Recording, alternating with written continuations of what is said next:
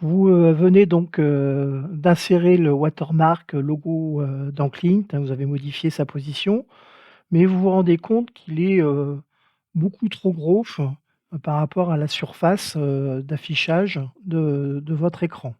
Donc pour cela, il va falloir qu'on modifie sa taille et puis surtout, c'est que vous souhaitez aussi jouer sur la transparence, faire en sorte qu'il n'ait pas donc ce fond blanc, d'autant plus qu'il manque les fonds perdus, hein, du logo, mais que le il y ait une transparence. Pour cela, on va modifier la taille et donc ajouter, la transparence.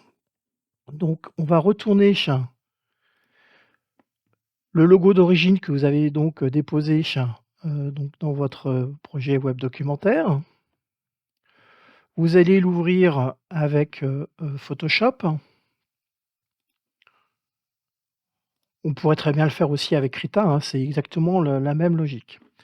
Première chose à faire, on va donc, enlever le blanc pour faire une transparence. Donc on va donc décocher le calque pour qu'il soit donc, plus cadenassé.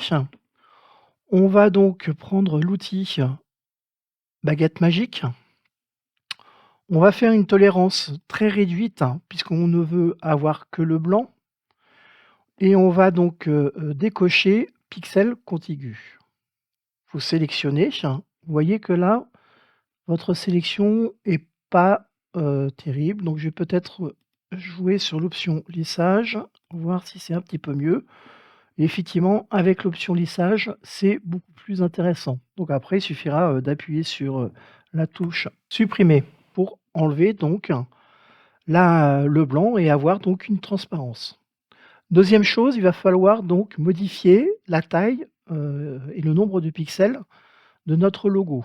Donc pour cela, je vais aller dans Images, taille de l'image et vous voyez qu'ici, mon logo fait, 779 pixels par 360, c'est beaucoup trop important.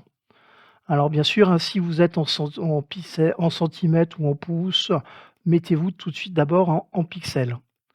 Deuxième chose, vous mettez donc en 72 pixels pouces puisqu'on est dans du multimédia, hein, le 300 pixels pouces, c'est pour le print et on va modifier le logo. Je vais ici le mettre à 150 et vous validez.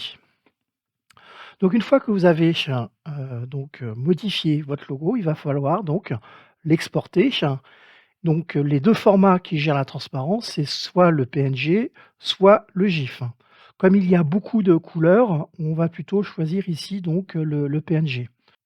Vous allez donc dans Fichier, Enregistrer, une copie et vous choisissez donc le format PNG et vous l'appelez bien sûr transparent pour bien, le différencier de l'autre. Vous enregistrez. Maintenant vous retournez dans Clint. Vous allez donc, importer le média que vous venez donc de créer. Donc projet webdoc, image transparent. Donc on voit bien que notre logo est ici.